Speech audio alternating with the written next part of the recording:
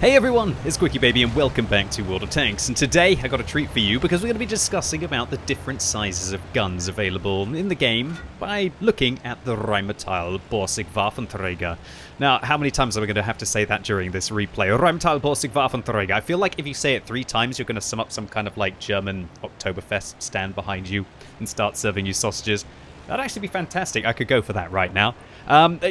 Gun sizes, sausages. Am I going to have to start this over again? No, we're just going to roll with it. We're going to go with it, right? Okay, so the Tier 8 turreted German sneaky tank destroyer. Firstly, I'm going to be playing with the 128mm caliber gun on this tank, and I'm going to be following it up with another game immediately afterwards. We're going to be seeing the same tank in the very next game, where I just decided to try out the vehicle with the bigger gun as well, so you can decide. Do you prefer to have alpha damage, or do you prefer to have all of the things that come with having a smaller caliber gun? In the case of the Rheinmetall Borsig Waffenträger, yeah, it's actually better aim time. Just got to keep checking, making sure that that sausage stand isn't going to appear above me. So you've actually got better turret traverse dispersion. This is something that you wouldn't see unless you were on a website like TanksGG. The turret traverse dispersion with the 128mm caliber gun is 0.12 compared to 0.16. Now, what does turret traverse dispersion mean? Well, that means when you turn the turret, how much the reticle blooms out. A lot of people think that the only thing that you have to consider when you're talking about aim time is aim time itself. Well, aim time is, I believe, the time that it takes for your reticle to... It's a third of the time that it would take for your reticle to become fully aimed. So I believe it would actually take 6 seconds for a gun with 2 seconds aim time to become fully aimed if it was on the edges of the screen, or its full dispersion.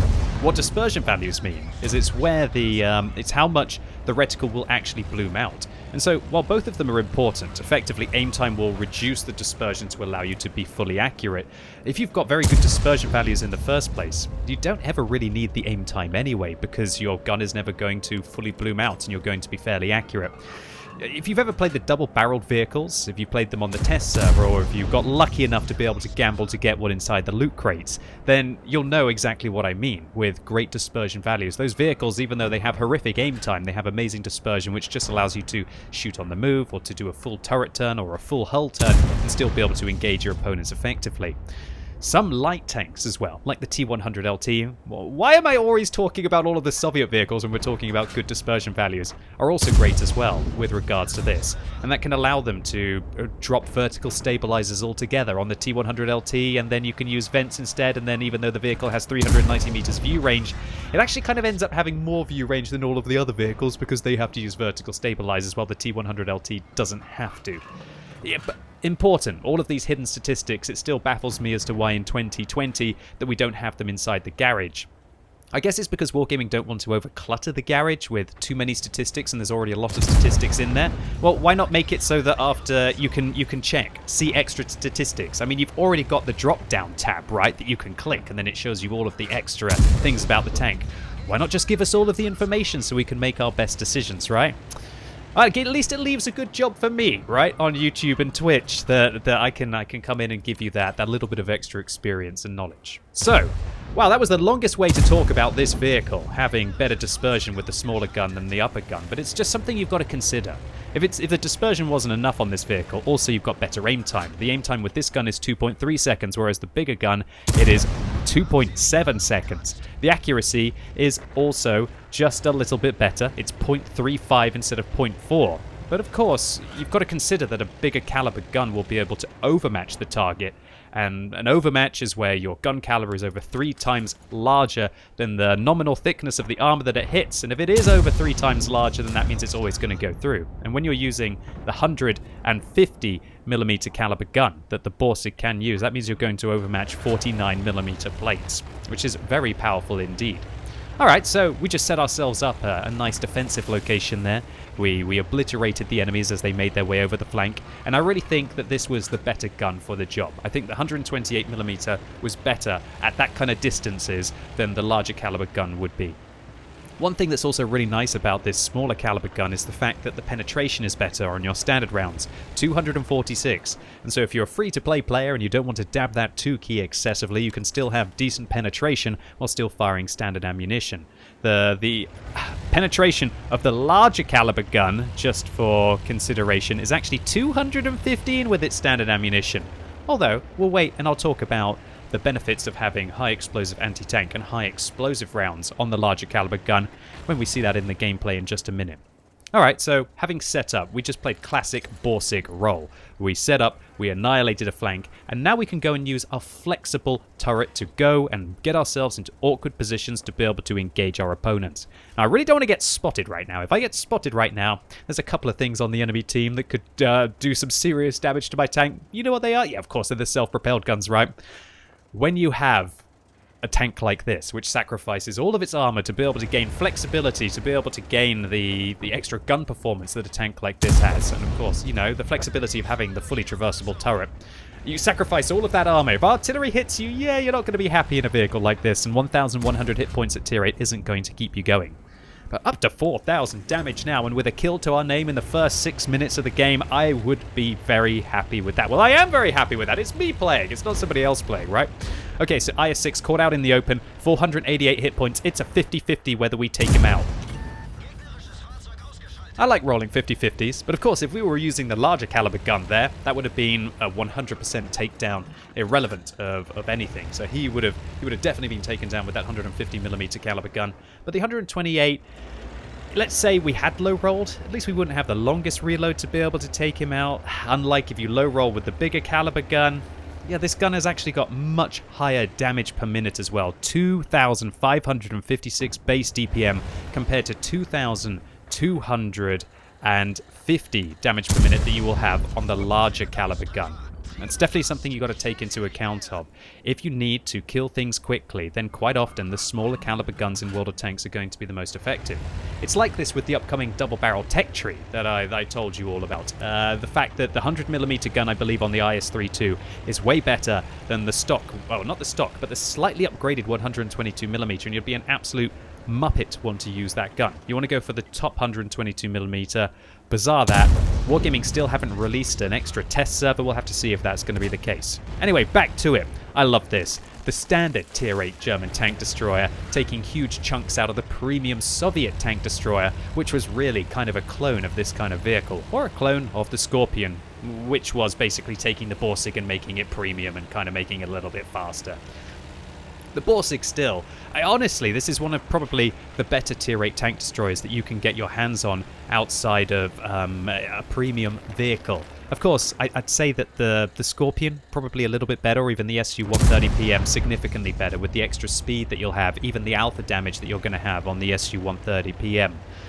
And also just those awesome heat rounds that you can have on the Su-130PM while not having to sacrifice all of the other aspects of the tank to be able to gain the big gun that has the heat on this tank. All in all though, the Borsig, when I first played this tank, I fell in love with it. And now it's still an absolute cracking vehicle. But oh, what is up with that? We actually low roll against the artillery, so we don't manage to shut them down. But will we pick up the kill? Nah, we won't quite pick up the kill. But that was a cracking round for the Borsig. 6,000 damage that we saw. See if we've done a little bit more with some of the blind fires and the post-game stats. But before that, let's replace this 128mm caliber gun with the 150mm caliber gun on this tank, and you can get an idea of the differences. So here we go, rolling out with the 150mm caliber gun. If only it was that easy to be able to grow a few centimeters, right? It'd probably be a little bit taller than I am. Oh well, it's okay. What were you thinking in other areas? No, we're not going to go with that. No, we're talking about the caliber of the gun here. Goodness gracious, please get your mind out of the gutter, Twitch. So, when you're engaging the Borsig, it's funny that the stubby gun here, the higher caliber gun, is much shorter in length, and so that means that if you see the Borsig, you can actually tell the difference between the two tanks. When you're engaging its bigger brother, the Panzer IV Waffenträger, then, ooh, oh, come on! I was thinking we were maybe going to get a one-shot at the start of the game. But when you're engaging the bigger brother of the Borsig, it's actually even easier to tell the differences between the two vehicles, because the Panzer IV actually has a completely different looking gun shield. The 128mm caliber gun, the gun shield is flat, whereas with the 150mm caliber gun, it's kind of like angled. Take a look at it the next time you see it, and you'll be able to tell the difference about whether you're about to take 490 damage or you're going to take 750 damage. So a sneaky shot by the artillery on the enemy team. Somebody called weapon destroyer. Well, luckily he didn't quite destroy my weapon, so we don't have to waste our repair kit, but still, don't really want to be losing those kind of hit points. I'm quite lucky that I'm sitting just behind the bush and not sitting directly in the bush. Sure, if you're sitting in the bush, that'll protect you from vision around here, but if you're sitting directly in the bush, then that means that you're more likely to get hit by blind fires, and so sitting just behind these bushes is probably going to be best. Oh, well, I was quite lucky there. I would say that I actually aimed that quite poorly. I thought the player was going to continue to go forwards, but instead they actually stopped and they reversed. Lucky to be able to hit him. The shell deviated slightly to the right, but whoa! 684 damage, and that is a low roll. Yeah, tier 7 tanks don't usually take many hits from guns like this. And for some reason it just feels oh so more satisfying. Now, while I am still loading standard rounds with this vehicle, this is where the big downside is with a big caliber gun like this. Quite often if you use a big caliber gun around the mid tiers until you get to the top tiers, you actually have less penetration on a tank destroyer. So 215 millimeters of penetration is incredibly awkward. That means that we're not going to be able to penetrate, for example, the 112 reliably frontally. We're even probably going to struggle to go through the T-34's hull at least some of the time if it's using its gun depression excessively, because that hull is still rather awful. It's the hull of a T-29 at tier 8, which definitely doesn't work. But oh! That's why you use big caliber guns, boys and girls, because when they do hit, 702 damage. Yeah, take that, Mr. Super Hellcat. For some reason, I'm just aiming up at the tree here. Don't know quite why I'm aiming up at the tree. Maybe I've gone slightly mad. Oh, there we go. I'm back in the game. Don't know what I was doing. Maybe I was cleaning my mouse or something. Alright, so T-44 to the flank. Won't quite be able to see them as they are over 564 meters away from us, the maximum render distance inside the game. Right now, it's a bit of an awkward situation. Should we go or should we chill? Well, if we manage to make an advance at the enemy team here, what's going to be the benefit? Well, I'll be able to get the Super Hellcats. I'll probably be able to get some cross shots into the heavy tanks. But I just really want to be able to catch out these mediums if they're making their way around here. And I don't know what's going on, but I'm actually AFK in this round. What is this? Okay, looks like I'm actually back. Maybe I was having some significant issues. Oh, no, I wasn't AFK. No, maybe I am back. What's going on? Maybe my mouse was having a few issues at this stage, or maybe I had to sort something out on my desktop. Yeah. Camping at the back of the map, playing turreted tank destroyers. Ooh, am I embracing the true style of how to be able to play these tanks? You know what? Sometimes I actually have my best games in games where I do go AFK for a little bit. Maybe because I don't get myself into harm's way. Oh dear, we saw the shell land there, which means that we didn't actually hit the Tiger, even though that one went directly where I aimed it. So it looks like the Tiger just stopped, or maybe even reversed their direction. Alright, SU-130 PM. We managed to take one down in the last game. Are we going to be able to get a good shot into this one? No, not quite. Alright, so let's talk about the different ammunition that's available on this big gun. So I've talked about how bad the penetration is on the armor-piercing rounds, but remember you will be able to overmatch 49mm plates, which is very useful. But look at these filthy premium rounds. This is really what you want to be doing if you're playing the Borsig. You want to dab the Tukey, you want to load that gold, you want to spend those credits like they're free. 334 millimeters of penetration. That will contest everything frontally. Even some of the most ridiculous turrets in the game, you're still going to be able to penetrate with rounds like that. But also, you've got a very flexible round here. You've got a high explosive round with 85 millimeters of penetration, which will definitely be able to go through most artillery and lightly armored tanks, and will be very flexible indeed, because you now have 950 damage. So that can allow you to one-shot situations where otherwise you couldn't be able to one-shot. We'll be seeing one of those in this game, or we're just going to have to wait and see about that. But these high explosive rounds as well are also incredible when, for some reason, you couldn't penetrate the heat rounds on the enemy tank. Maybe you're sitting against a tank that's side-scraping against you and they're just trying to bait your shells. Are we ever going to roll high this game? Goodness gracious, 746, very near an average roll. But come on, where are those meaty big boy 800 plus rolls? Maybe even a 900 roll for good measure, right? So those high explosive rounds, fantastic for engaging tanks that are side-scraping against you, or just extra heavy vehicles, maybe like the IS-7 that would be sitting hull down. These rounds will still do substantial amounts of damage, probably ranging from the 200 mark right up until maybe the high 300s, and if they're a lightly armored vehicle, probably 400 mark, if the round doesn't penetrate, of course. And that can mean that the larger caliber guns are actually incredibly flexible, which sounds bizarre in a way, considering how I was just saying that the 128mm caliber gun, with its better accuracy, its better aim time, and its better damage per minute, but lower alpha damage hit, kind of feels a bit more reliable. So The big guns, if you know what you're doing and you choose the right ammunition for the job, can mean that you're able to do things that the lower caliber guns just could even dream of. But then again, those lower caliber guns at long range, or when you're really needing to get in that damage per minute, just really outperform the larger caliber gun as well. So it's not obvious, and that's what's beautiful about World of Tanks. It's one of my favorite things about this vehicle, and I wish that Wargaming would do more of on more tanks. And that is, why not make it so that they are flexible, and so that you can choose different modules which change the way the different tanks work. Maybe you can have a module that the engine is way worse, but you have less chance to be set on fire. Or, I don't know, maybe you've got a module which you're got a better speed forwards, but your traverse speed is worse. So you're kind of a bit more like an E50 at tier 9 rather than an E50 at tier 10. Just something like that. I really like it when you've got multiple ways to be able to play the tank. Ah, here we go. Here's Weapon Destroyer. Ooh, sending you back to the garage, mate. And we don't even get spotted there. I actually make a bit of a misplay, and I realize that. And I recognize that was a bit of a misplay. Do you see how I reversed away from the bush? Why don't I reverse into the bush, and then when I get spotted, I can manage to speed my way away from the bush faster, as this tank's reverse speed is actually a really awful 12 kilometers an hour compared to the 35 kilometers an hour that you're able to go forwards. And so in the Borsig, you should definitely reverse into the bush. And when you're playing its bigger brother, the Panzer IV, the Rheinmetall Borsig Panzer IV, then you should definitely reverse in that vehicle as well, because I think you've actually got better gun depression over the back of the tank. Nevertheless, I feel that the T-34 is maybe going to be moving on towards my artillery and my tank destroyers, and I'm going to take it to the enemy team. And here we go. We've dabbed the 3 key. We've loaded a high explosive round because I'm looking to try and hunt the Su-130PM. Will we be able to find the Su-130PM? Well, we're going to sit in the bush here. We're going to activate our camo net. We're going to activate our binoculars and see what we can do.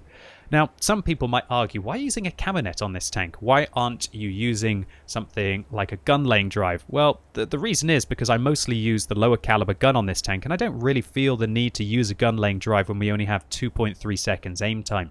I think the camo net actually provides us with a lot more flexibility. And there's also one thing that I should mention, but before that, let's see if we manage to club this E25. If I high roll, I could get him here. Oh, 372. That's interesting. Even with a high explosive round that doesn't penetrate, we still managed to do half of the damage that our main shell would have done against the tank. And so it shows you that the high explosive rounds on this vehicle aren't too much of a bad thing to use in this situation. He would be dead if I'd fired the AP shell, that's for sure. But who's to say that we didn't manage to find the Su-130PM and then would be rolling for 950 plus instead of the 750?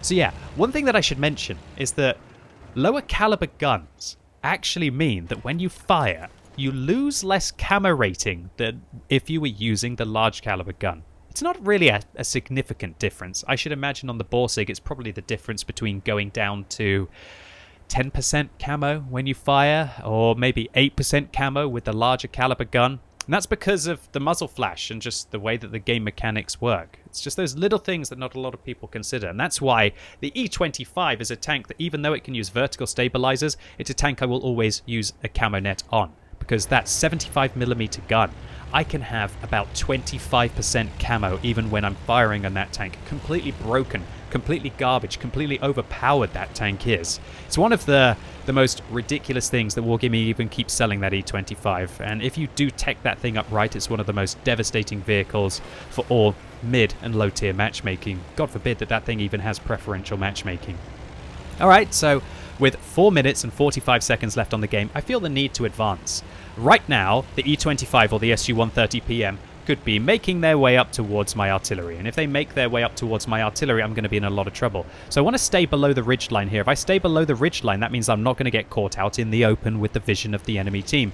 It also means that if I get spotted, or I get proxy spotted by the E25 or the Su-130PM, then my artillery are going to be effective and the enemy artillery are not going to be effective. And remember, I'm playing that lightly armored tank destroyer. I really don't want to get caught out by artillery in this scenario. So I'm thinking, how am I going to approach that? I see a bush. I think this is going to be a great opportunity. So I'm going to slowly work my way up this slope, as this thing actually has a sub 10 power to weight ratio. Turn my tank around so I'm faster to be able to run away. See, I'm learning, I'm remembering of what we did at the E3 area. And now hopefully I'm going to sneak my way up into the bushes here, and I'm hoping that I'm going to be able to find someone. But considering that the GW Panther just killed Lorraine 155, that means that it's likely the E25 or the SU are actually near our artillery.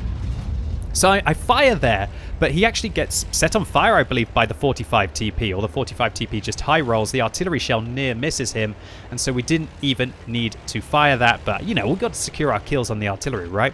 And luckily for me, I don't even get spotted, so I'm quite happy about that. We do get spotted by the GW Panther. I ask for fire against him, and I don't quick fire. I'm quite worried about getting caught out in the open here, and I'm thinking, why not just let my artillery deal with that artillery threat? There we go. Wham bam, perfect stuff. And now we can move our attention on towards this bush to hopefully find the E25 or the SU-130PM. So I think the E25 is in the corner. And I think that maybe the SU-130PM is sitting in this dip, or maybe they both could be. I'm going to slip my way along this flank, and if I do get spotted, at least I've got this building to fall back behind.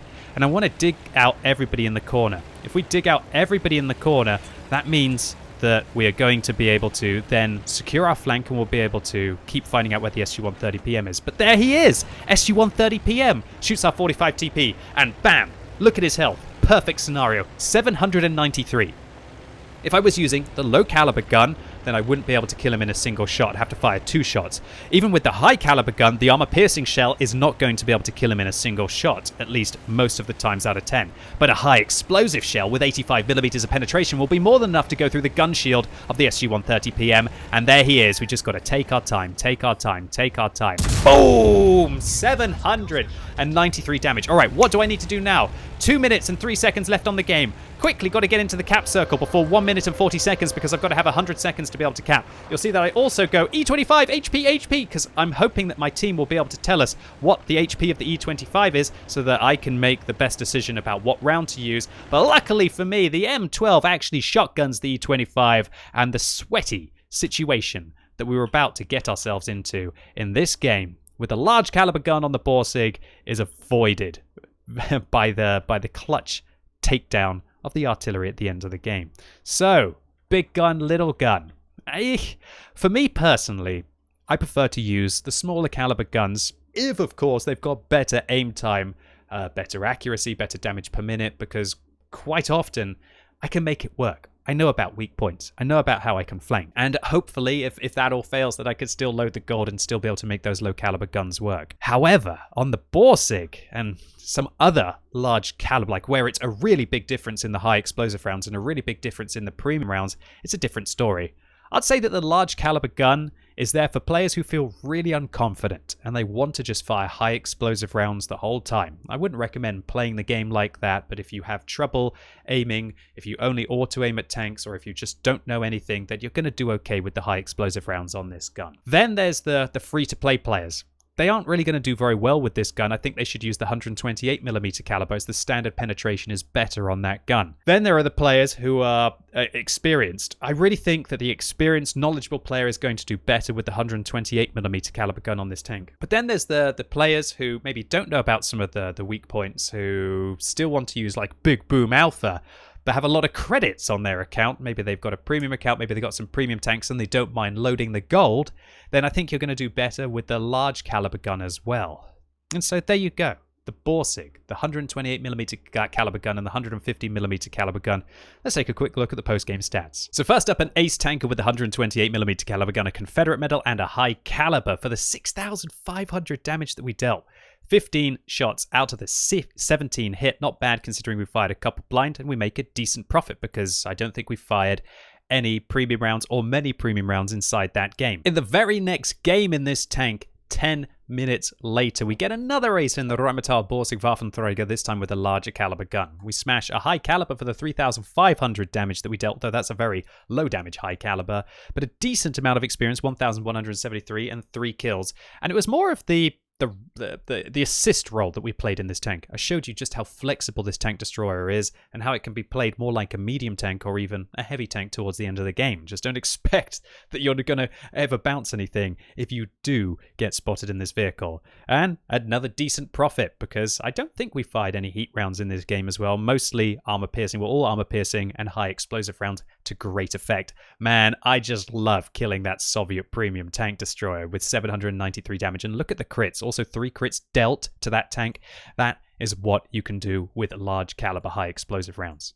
So the Rheinmetall Borsig Waffenträger, probably not as good as something like a Scorpion or an SU-130 PM, but hell, you don't have to pay 30, 40 pounds or $50, 40 euros, whatever you want to say, to be able to get your hands on this tank. And it's still a great vehicle. One of my favorites in a tech tree at tier 8. And you really can't go wrong with this tank. But hopefully my discussion in this video has helped you make better decisions with the kind of guns that you use on your different vehicles. Anyway, that's it for today, ladies and gents. Hopefully you enjoyed this one. If you did, give the video a thumbs up. If you hated it, give it a thumbs down. And if you're watching this video as it's released on Saturday, I'm streaming right now. So come along. I'm putting out some extra content today because I am feeling hungry. I'm feeling hungry today. So hopefully I'll see you soon.